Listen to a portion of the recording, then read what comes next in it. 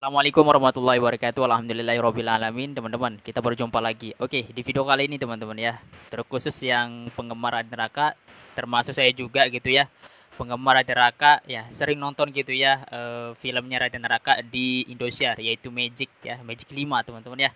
Oke, Raden Raka teman-teman ya, diundang di pagi-pagi Ambyar. Nah, di situ Raden Raka bercerita gitu awal mula dia itu masuk di dunia hiburan dan juga bercerita tentang dia di pesantren teman-teman. Jadi Raden Raka ini nggak cuman jadi artis aja teman-teman ya.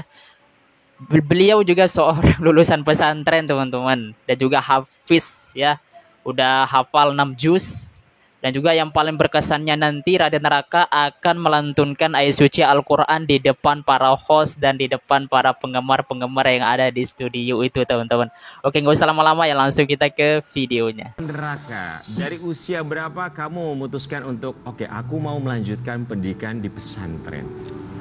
Kalau dulu tuh di pesantren awal masuk SMP kelas 7. Sama sekali gak ada niatan buat masuk pesantren, Kak. Pengennya masuk sekolah biasa kayak anak-anak luar, kayak teman-teman aku, bareng sekolahnya bareng semua. Tapi karena didikan orang tua, akhirnya aku mutusin masuk pesantren gitu. Hikmahnya apa di saat kamu kan, karena kan berarti kamu mengikuti apa kata orang tua kan? Hikmahnya apa di saat kamu belajar di sana? Hikmahnya tuh di sana kita belajar mandiri, belajar agama, jadi belajar cara gimana menjaga diri kita di luar sana dan berbaur dengan kehidupan orang lain juga. Raden Raka, mohon maaf, ada yang bilang bahwa ibadah itu memang sebetulnya harus dipaksakan. Pun juga dengan pesantren bukan hanya menimba ilmu, tapi kan kita juga beribadah di sana.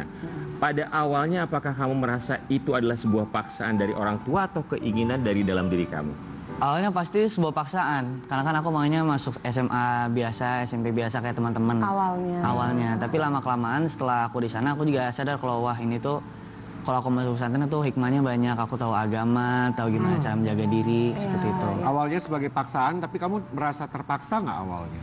Pastilah. Pastilah, Oh ya, namanya anak-anak pada waktu itu ya. Tapi memang begitu ya, maksudnya terkadang satu hal yang baik itu dimulai dengan sebuah keterpaksaan, tapi nanti menjadi keterbiasaan, sampai akhirnya ketika kita meninggalkan hal tersebut, rasanya ada yang kurang dalam diri. Tapi ketika akhirnya kamu memutuskan terjun ke dunia hiburan, apakah sebelum kamu masuk pesantren atau selepas kamu keluar dari pesantren? Jadi waktu itu aku selesai pesantren itu pas-pasan lagi zaman COVID. Aku disuruh pulang ke rumah. Pas aku di rumah tuh kan aku ada jangka waktu sekitar 1 bulanan nggak ngapa-ngapain tuh. Aku sama sekali nggak ada niatan buat jadi aktor atau apapun itu di dunia entertainment kayak gini. Tapi kebetulan papanya aku temenan sama papanya ada Emi Razan. Ditelepon lah papa aku, anak kamu lagi ngapain sekarang itu, mau gak jadi aktor gimana-gimana. Disuruh kirim foto profil tuh. Dulu aku orangnya anti kamera banget, Kak. Sama sekali nggak ada foto sendiri. Jadi dikirimin tuh foto bareng keluarga. Habis itu keterima, casting lanjut sampai sekarang. Oh, karena pandemi justru ya? Karena pandemi justru. Oke, ketika akhirnya keterima, mulai dapat syuting segala macam, mulai menikmati itu semua. Awal-awalnya belum menikmati sih, Kak. Namanya juga kan perjalanan ya. Awal-awalnya kita harus berbaur dulu kan. Aku masih deg-degan karena tiba-tiba acting depan kamera, depan banyak orang gitu kan, harus bisa mengeluarkan emosi-emosi kita gitu. Tapi lama-kelamaan aku mulai enjoy dalam syuting. Ya aku nemuin rasanya mana itu di mana, rasa senangnya di mana, dan akhirnya kelanjutan sampai sekarang alhamdulillahnya. Oke. Lantas gimana akhirnya? Kamu kan boarding school, pesantren gitu ya. Kemudian kamu syuting segala macam. Akhirnya itu gimana pesantren? Apakah kamu break saat Covid atau kembali lagi ke pesantren atau gimana? Jadi waktu itu tuh waktu awal-awal masuk pas-pasan aku kelas 9. Aku udah pindah di Bogor kan. Pas kelas 9 di Bogor tuh sempat izin dulu dari pesantrennya, jadi aku syuting dulu, habis itu sampai lulus, sampai sekarang. Sampai sekarang. Sampai sekarang. Kita berharap semoga karir kamu masih Terus melejit ya. Terus melejit karena lihat Masih fans, muda banget. bener masih muda tapi fansnya 17 luar biasa loh, effortnya datang ke sini ya, memberikan support yang artinya bentuk cinta untuk seorang Raden Raka. Tapi kita mau kasih lihat ini momen saat Raka menghafal di pesantren dan juga ketika dia menjadi seorang hafiz Quran. Ini satu nilai yang sangat luar biasa sekali. Rumus B3 jadikan suruhan kata menjadi fiil, fa'il, pelengkap fa'il, pelengkap fiil, fa'il. Semua fiil termasuk fiil madi, hukumnya mamdi, kecuali mudhari atau nun taukid dan nun tanis. Dasarnya wa fi'lu amri wa mudi bunia wa arabu mudhari'an inuria minun الشيطان الرجيم بسم الله الرحمن الرحيم ألف لام ميم الله لا إله إلا هو الحي القيوم نزل عليك الكتاب بالحق مصدقا لما بين يديه وأنزل التوراة والإنجيل. Luar biasa sekali. Tapi Raka, kami penasaran. Apa rasanya dari pesantren kemudian ini kan benar-benar bertolak belakang menjadi Dunianya seorang beda ya. Entertainer ya. Sempat ada pertentangan batin nggak sih dalam pikiran kamu? Kok pertentangan batin dalam pikiran aku tentunya pasti ada, Kak. Karena awalnya kan aku bukan siapa-siapa lah jatuhnya gitu kan. Aku cuma orang biasa lulusan pesantren, ternyata pengen lanjut SMA biasa, pengen kerja gitu. Tapi waktu masuk dunia artis tuh ternyata dunia kayak gini tuh benar-benar berbeda banget dari yang tadi Kakak bilang, jauh banget sama 180 derajat beda ya. Beda banget, pokoknya 360 derajat malah, Kak. Iya, iya. Tapi sering berjalannya waktu, aku nyadar ternyata itu hal yang sama aja, cuma berbeda pekerjaan doang. Intinya gimana cara kita ngejalaninya, dan tentunya sampai sekarang aku ngerasa bersyukur banget bisa jadi persiapa yang kayak sekarang. Ya, tapi kamu tuh hebat sekali ya. Apa yang kamu jaga ketika kamu masuk ke dalam dunia entertainment? Dan kamu kan sekolahnya kan di sekolah agama ya, yang cukup kuat. Yang kamu jaga sekarang ini untuk berperang di industri entertainment apa? Yang aku jaga sih pasti pertama-tama sholat lima waktu itu nggak boleh dilupain. Sama yang kedua, attitude aku ke orang-orang lain juga. Dan ketiga, pergaulan bebas atau gimana gitu kan, gimana cara kita menjaga diri kita sendiri. Makanya hikmahnya salah satunya pesantren itu aku jadi bisa mandiri, tahu gimana cara berbaur sama orang lain gitu. Iya, dan tahu secara adab mana yang benar, mana yang salah, itu yang jauh lebih penting ya. Apalagi perjalanan kamu tuh masih panjang sekali. Banget. Ya. Ya, nomor satu pokoknya intinya adalah pergaulan harus hati-hati banget. Benar banget. Harus bisa memilah-milih. Tapi ini kalau ngomongin kamu sebagai seorang hafiz Quran, sudah hafal berapa juz? Dulu, jadi kan waktu selama 3 tahun tuh aku pesantrennya beda. 2 tahun tuh aku pesantrennya di Jepara, 1 tahunnya lagi pindah ke Bogor karena masa Covid itu. Dan waktu itu aku ngapalin Quran tuh baru 1 tahun doang dapat waktunya. Dan waktu itu kebetulan cuma dapat 6 juz doang.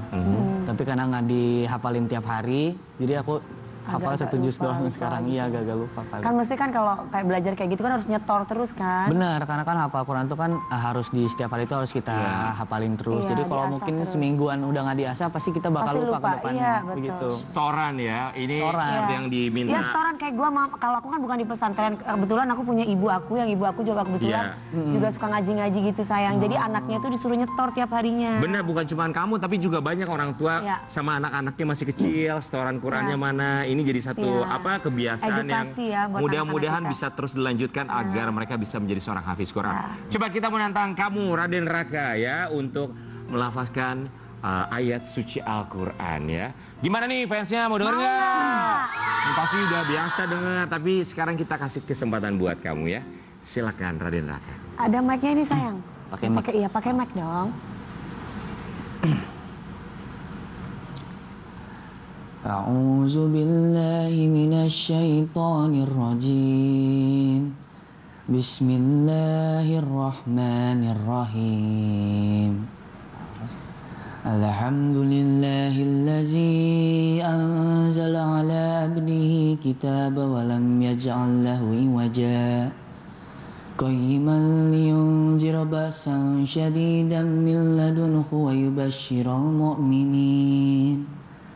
ويبشر المؤمنين الذين يعملون الصالحات أن لهم أجرا حسنا ماكثين فيه أبدا وينذر الذين قالوا اتخذ الله ولدا ما لهم به من علم ولا لآبائهم كبرت كلمة تخرج من أفواههم Iyakuluna illa kaziba. Masya Allah. Raden Raka. Raden Raka mau nanya dong, setelah akhirnya kamu terjun ke dunia hiburan, acting, akhirnya orang tua kamu gimana? Karena sebetulnya yang masuk pesantren itu keinginan mereka. Terus sekarang kamu syuting. Ada pesan yang dititipkan dari orang tua kamu nggak sih? Pesan yang dititipkan sama kedua orang tua aku tadi yang aku sebutin pertama paling menjaga sholat lima waktu aku di lokasi, karena kan kita kan kalau di lokasi itu setiap waktu tuh kita kerja terus kan, jadi kadang waktu sholat dilupakan.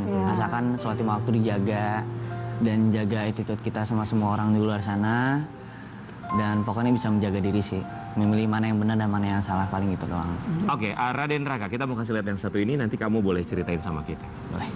Karir melejit di usia 17 tahun, Raden Raka ungkap peran orang tua yang sangat berpengaruh pada kesuksesannya. Kamu manggilnya siapa? Ayah, ibu? Papa sama bunda. Papa sama bunda. Keduanya masih berapa ada. bersaudara sayang kamu? Aku anak tunggal.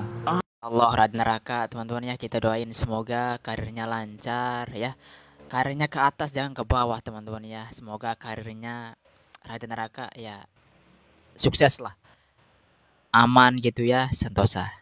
Nah juga kita sudah mendengarkan tadi ya lantunan ayat suci Al-Quran dari Raden Raka, teman-teman. Masya Allah, suaranya merdu banget, bikin para hostnya dan juga para penonton yang ada di studio itu terkagum-kagum, teman-teman. Dan juga sempat ya kita melihat video yang diperlihatkan oleh hostnya tadi, yaitu video ketika Raden Raka di pondok pesantren. Ya, saya mendengarkan ya hafalan Raden Raka tadi, yang mana Raden Raka tadi menghafal gitu ya fiil dari segi waktunya, teman-teman, yaitu fiil madi ya, fiil madi gitu ya, fiil madi mabniun alal fathi gitu, fiil madi mabniun alal domi, fiil madi mabniun alal sukun katanya. Masya Allah ya, Raden Raka, teman-teman. Dia juga belajar nahwu sorof lah tadi ya, pas menyebutkan fi'il madi gitu, mabniun alal fathi, mabniun alal domi, apa juga mabniun ya, apa juga ya, itulah teman-teman ya, belajar nahwu sorof juga beliau. Luar biasa lah. Kita doain ya semoga Raden Raka gitu ya saya selalu dijaga oleh Allah Subhanahu wa taala. Amin ya rabbal alamin. Oke teman-teman, itu ya video Raden Raka gitu ya ketika di pagi-pagi ambiar. Sehat selalu lah untuk Raden Raka. Amin ya rabbal alamin. Oke, saya Lukman, saya kira dengan salam. Assalamualaikum warahmatullahi wabarakatuh. Sampai jumpa lagi. Bye.